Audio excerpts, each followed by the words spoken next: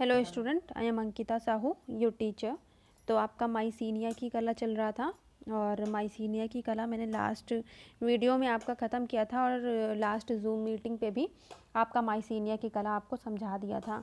तो उसके बाद आपका प्राचीन यूनान की कला टॉपिक स्टार्ट होता है, आर्ट ऑफ एशियंट ग्रीक। तो अब हम यूनान की कला के बारे में पढ़ेंगे। तो इसके पहले मैं आपको माइसीनिया की जो लास्ट वीडियो भेजी थी उसके बारे में थोड़ा सा बताती हूँ, देन हम देखते हैं प्राचीन यूनान की कला। तो इसमें आपको मैंने इनके समाधि गृह के बारे में बताया था। तो इनके जो दीवारें होती थी, दीवारों से यह घिरा होता था और इनका गलियारा होता था लगभग 120 फुट लंबा और 20 फुट चौड़ा, और ये जो है ऊपर से खुला हुआ होता था। मूल रूप से ये जो दीवार होती थी वो 34 फीट ऊंची होती थी और 18 फीट ऊंचा मिनोन शैली के हरे पत्थरों से बना होता था और इन पे जो है तांबे से अलंकरण किया जाता था। और इसमें जो है मुख्य समाधि कक्ष में प्रवेश किया जाता था। तो इनका जो गलियारा होता था तो उसी उधर से ही इनकी एंट्री गेट इनका बनता था। तो आपको मैंने पिक्चर शेयर की है, आप लोगों ने देखा ही होगा। और इसके ऊपर एक कैपस्टोन भी बनाते थे ये लोग, जो इस समय की यंत्र कला का और टेक्निक का अद्भुत एग्जाम्पल माना जाता है या प्रमाण माना जाता है।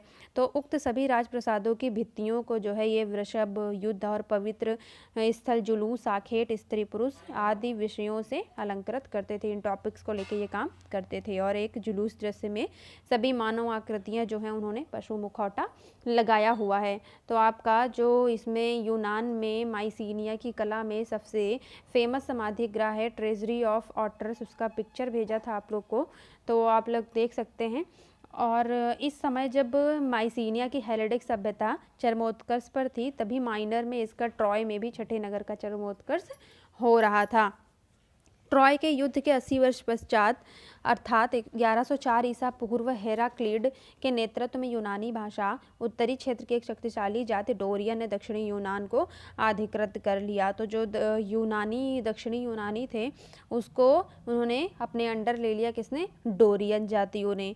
तो आधुनिक इतिहासकार जो हैं वो इस जातियों को आगमन ही मानते हैं, आक्रमण का, और इसे जो है यूनानी लोग हेराक्लीड के वंशज ही कहते थे। तो इसी समय एजियन प्रदेश में लौह युग का सूत्रपात होता है। इस समय यूनानी मिनोन हेलेनिक संस्कृति के कुछ तत्वों को भुला बैठे थे तथा कुछ आत्मसात कर चुके थे। यह जाति व सांस्कृतिक सम्मिश्रण ही कालांतर में यूनान की महान शास्त्रीय सभ्यता की आधारशिला बनी।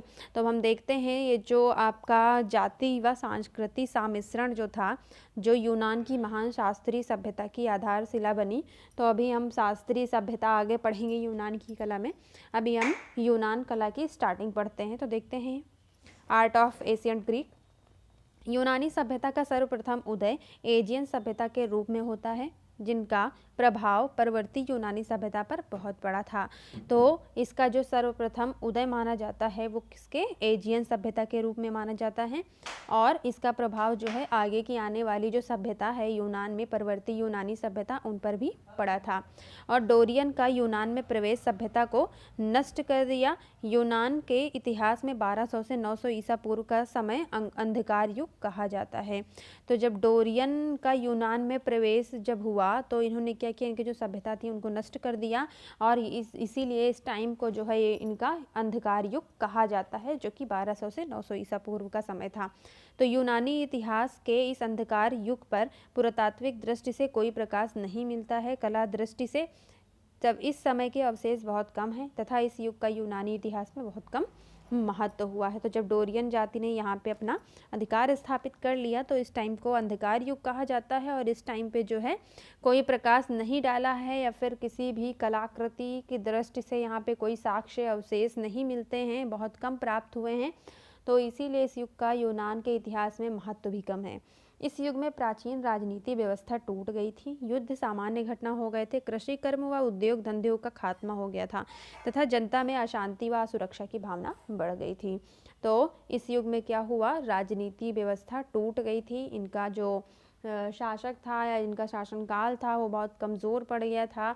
और इस टाइम पे जो है वो युद्ध जो है यहाँ पे होते रहते थे और इनको आराम से कृषि कर्म और जो उद्योग थे इनका खात्मा कर रहे थे। और इनकी जो जनता थी उसमें अशांति और असुरक्षा बहुत बढ़ गई थी। और यहाँ पे जो है आक्रमण बहुत होते रहते थे। तो ऐसी परिस्थितियों में साहसी व महत्वाकांक्षी व्यक्तियों के लिए अपने बाहुबल से स्थानीय जनता को अपने अधीन करना, युद्ध व लूटपाट द्वारा धन अर्जित करना, यहाँ पे धन होगा यहाँ की जगह पे, तो ये आप इसको सही कर लेना। तो यहाँ पे धन अर्जित करना कठिन नहीं था। जब इनकी राजनीति व्यवस्था टूट गई, इनका शासक जो था वो शासनकाल यहाँ पे दुर्बल हो गया, तो इस टाइम पे क्या हुआ, जो यहाँ पे साहसी व्यक्तियों के लिए जिनके पास बल था, तो वो जो यहाँ की स्थानीय जनता थी इनको अपने अधीन करना बिल्कुल भी कठिन नहीं था। और यहाँ पे युद्ध करके लूटपाट करके ये लोग चले जाते थे और उसे धन अर्जित करना कठिन नहीं था। आराम से यहाँ पे लूटपाट करके चले जाते थे लोग। तो इस प्रकार अब आगे देखते हैं कि क्या हुआ यूनान की कला में। उनके इन कार्यों के आधार पर भाट गीतों की रचना करते थे। यह गीत तो यूनान के ही नहीं, यूरोप के भी प्राचीनतम साहित्य थे। तो ये सब कामों को लेके या फिर इन विषय को लेके जो भाट थे उन्होंने गीतों की रचना भी की है। तो यूनान के ही नहीं, यूरोप के भी प्राचीन के साहित्य ये गीत माने जाते हैं। इस कारण इस युग को वीर काल भी कहा जाता है, क्योंकि इस टाइम पे गीत बनाए जाते थे। और सुकरात, प्लेटो व अरस्तु जैसे प्राचीन यूनानी दार्शनिकों का भी उदय यहीं से होता है। कहाँ से? यूनान से होता है। आप लोग एस्थेटिक की क्लास में पढ़ ही रहे हो अभी तक। प्लेटो, अरस्तु और सुकरात ये सारे दार्शनिक जो बहुत ही प्रसिद्ध हैं, तो इनका भी उदय कहाँ से होता है? यूनान से होता है। और यूनानी कला सौंदर्य का मूर्तिमान रूप है। यूनानी हृदय से ही सौंदर्य की उपासना करते थे और सौंदर्य ही उनका धर्म था। तो यहाँ पे जो कला है वो सौंदर्य का मूर्तिमान मानते थे, सुंदरता की दृष्टि से देखते थे कलाओं को, और यूनानी हृदय से सौंदर्य की उपासना करते थे। तो ये जो है सौंदर्य की उपासना करते थे, मतलब आप सारी चीज़ों में इन्होंने सुंदरता देखना स्टार्ट कर दिया और सौंदर्यता ही उनका धर्म बन गया। तो वस्तुतः यूनानी सभ्यता और संस्कृति अति प्राचीन है। उनकी गणना विश्व की प्राचीनतम संस्कृतियों में की जाती है। मिस्र, चीन, मेसोपोटामिया तथा सिंधु की नदी घाटी सभ्यताएं अपने अतीत गौरव के लिए विख्यात हैं। यूनानी व रोमन सभ्यता को पाश्चात्य सभ्यता का पालना कहा गया है। तो ये जो यहाँ की सभ्यता थी पहली यूनानी सभ्यता, और जो संस्कृति है वो बहुत प्राचीन मानी जाती है, सबसे पुरानी मानी जाती है, और उसकी गणना विश्व की प्राचीनतम संस्कृतियों में की जाती है। जो पुरानी संस्कृतियाँ रही हैं विश्व की सबसे पुरानी संस्कृति, तो उसमें इसको काउंट किया जाता है, गणना की जाती है उसकी। तो उसमें कौन कौन सी पुरानी सभ्यताएं थी आप लोग को पता है, बता भी रखा है। मिस्र की और चीन की, मेसोपोटामिया की सभ्यता और सिंधु नदी घाटी सभ्यता जो कि अपनी भारत की है।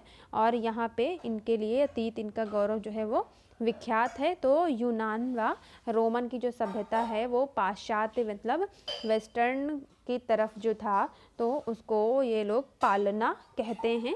यूनानी और रोमन सभ्यता को पाश्चात्य सभ्यता का पालना कहा जाता है। तो ये आपका यूनान की सभ्यता के बारे में था। अब हम आगे देखते हैं कि और क्या है। तो आज भी यूनानी कला में वही चुंबकीय आकर्षण, सौम्यता है जो पहले था। सच्ची कला शाश्वत होती है तथा देश काल की मर्यादा से परे सभी को आनंद प्रदान करने वाली होती है। तो यूनानी कला को इन्होंने बताया कि चुंबकीय आकर्षण है, सौम्यता है जो पहले थी, ये अपनी तरफ आकर्षित करती है। इनकी जो कलाएं हैं और जो सच्ची कलाएं होती हैं वो शाश्वत होती हैं, कभी नष्ट न होने वाली होती हैं, तथा देश काल की मर्यादा से परे होती हैं और आनंद प्रदान करने वाली होती हैं। तो आप लोग अभी ये एस्थेटिक में भी पढ़ ही रहे हो कि किस प्रकार जो कला होती है वो आनंदप्रद होती है। और यूनानी कला में सम्राटों की दीर्घ मूर्तियां नहीं बनी हैं, जैसे कि मिस्र की कला में फरोह की मिली थी। तो इस टाइम पे क्या हुआ, सम्राटों की बहुत बड़ी बड़ी मूर्तियां नहीं बनाई गई थी। जैसे कि आप लोगों ने मिस्र की सभ्यता में देखा था फरोह की मूर्तियां कैसे बनते थे। खुफू खफरे ने कैसे अपने पिरामिड के साथ साथ वहाँ पे मूर्तियों का भी निर्माण करवाया था। तो केवल देवताओं की ही मूर्तियाँ विस्तृत परिणाम में मिलती हैं। देवताओं की मूर्तियाँ बनाई गई थी सिर्फ यहाँ पे। तो इस सृष्टि में शाश्वत के स्थान पर क्षणिक एवं तत्कालीन को व्यक्त किया है। यूनानी कला में एक दिशाहीन लोच है, जबकि मिस्री कला में संयम है। तो यहाँ पे बता रहे हैं कि शाश्वत के स्थान पर क्षणिक मतलब कुछ समय तक रहने वाला और तत्कालिक को व्यक्त किया है। किसमें? यूनान की कला में। और यूनानी कला में एक दिशाहीन लोच है। तो यहाँ पे एक कमी बता रहे हैं कि इसमें जो है कोई दिशा नहीं है, जैसे कि मिस्री कला में संयम था उस प्रकार। तो यद्यपि कलाकृति जड़ होती है, शारीरिक अवयवों की बाहरी सीमाओं, भार, दृष्टि बिंदु के समन्वय से आकृतियों में जो गतिशीलता अनुभव की जाती है, यूनानी कलाकार ने उसका पूर्ण उपयोग किया हुआ है।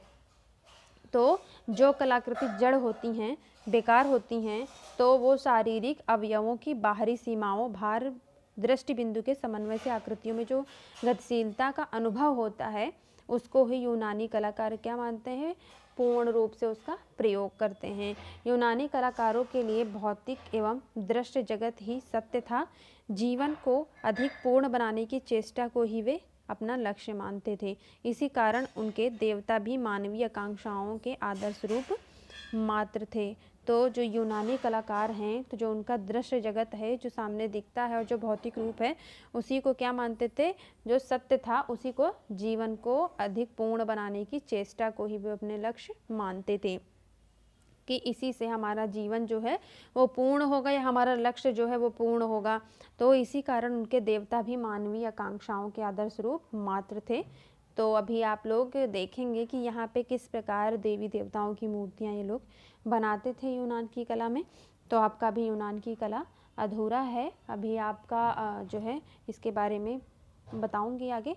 और इस वीडियो से रिलेटेड अगर आपको कोई चीज़ें नहीं समझ में आ रही हो तो मुझे ज़ूम मीटिंग पर डिस्कस करें मेरे साथ, या फिर मैसेज करके पूछ सकते हैं। Thank you.